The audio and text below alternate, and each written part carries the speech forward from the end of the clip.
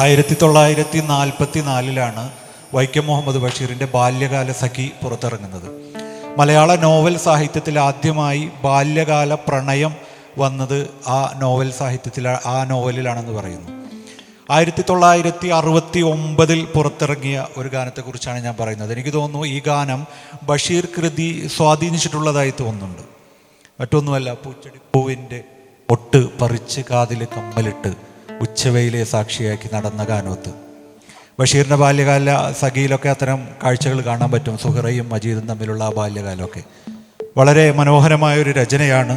1962 ഈ ദുനിയാവിൽ ഞാൻ ഒറ്റക്കാണ് എന്ന നാടകത്തിന് വേണ്ടി KG ഉണ്ണീൻ രചന നിർവഹിച്ച് ബാബുരാജിൻ്റെ സംഗീതത്തിൽ കോഴിക്കോട് അബ്ദുൽ ഖാദറും P പുഷ്പവല്ലിയും ചേർന്ന് പാടിയ ഒരു മനോഹരമായ ഗാനമാണ്. ആ ബാല്യകാലത്തിൻ്റെ പ്രണയം ആ ഗാനത്തിൽ വളരെ ഭംഗിയായി ആവിഷ്കരിച്ചിട്ടുണ്ട്. രാജാവും റാണിയുമായി കളിച്ചത്, ഇക്കിളി കൂട്ടിയും ഓടി നടന്നും തോട്ടിലും പാടത്തും പറമ്പിലുമൊക്കെ നമ്മൾ നടന്നത്, പന്തലന്മാവിൻ്റെ ചോട്ടിൽ അന്തിനേരത്തെ ഇരുട്ടിൽ ഉമ്മ വിളിച്ചപ്പോൾ അന്ന് കരഞ്ഞു ഓടിപ്പോയ പെണ്ണ് ഇന്ന് മറ്റൊരാളുടെ സഖിയായി വേറൊരു വീട്ടിലാണ്, അത് നിനക്ക് ഓർമ്മയില്ലേ എന്നൊക്കെ ചോദിക്കുന്ന ആ ബാല്യകാല പ്രണയത്തിൻ്റെ മനോഹരമായൊരു ഗാനം നമുക്ക്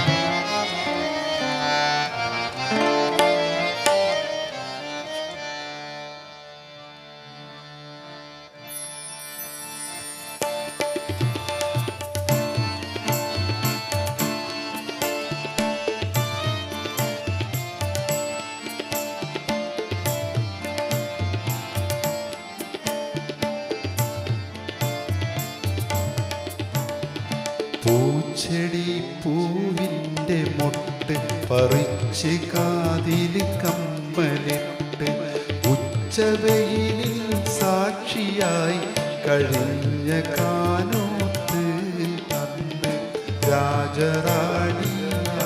കളിച്ച തോർത്തിടുന്നുണ്ടോ കൽബില് മാഞ്ഞ് പോടുണ്ടോ?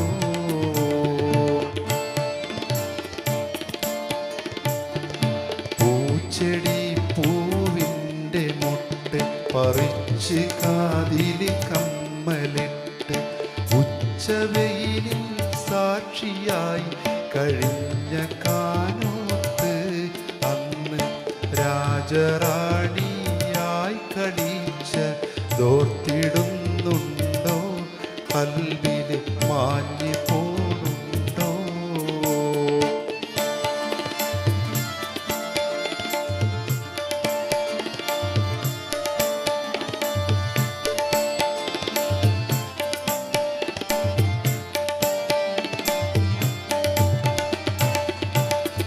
കിളി കാട്ടിക്കളിച്ച് മുക്കിലേക്കോടിയൊളിച്ച് അത്തല കൊളുത്തി പറിച്ച് മാളു നിന്ന് നിലവിളിച്ച് അക്കരത്തമ്മായി അന്ന് വിരുന്ന് വന്നപ്പോൾ തന്ന ചക്കര നോട്ടി നുടച്ച് തിന്ന് പാഞ്ഞപ്പോൾ അന്ന് തിന്ന് പാഞ്ഞപ്പോൾ പൂച്ചെടി പൂവിൻ്റെ മൊട്ട് പറിച്ച് കാതിൽ കമ്മലിട്ട് ഉച്ചവെയിലിൽ സാക്ഷിയായി കഴിഞ്ഞ കാനോത്ത് അന്ന് രാജറാണിയായി കളിച്ച തോർത്തിടുന്നുണ്ടോ കൽബില് മാഞ്ഞ് പോടുണ്ടോ?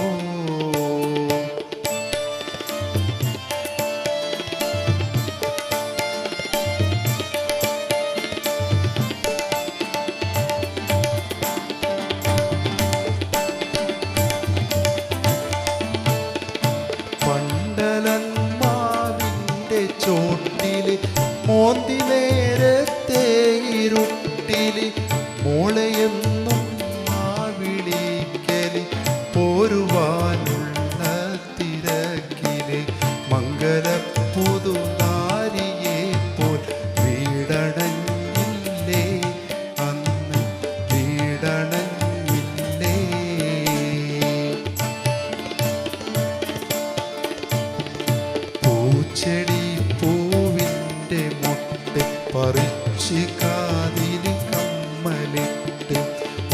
ഉച്ചവെയിലിൽ സാക്ഷിയായി കഴിഞ്ഞ കാലോത്ത് അന്ന് രാജറാണിയായി കളിച്ച തോർത്തിടുന്നുണ്ടോ കൽബിന് മാഞ്ഞു പോണുണ്ടോ പൂച്ചെടി പൂവിൻ്റെ മുട്ട് പറിച്ച് കാതിന് കമ്മലിട്ട് ഉച്ചവെയിൽ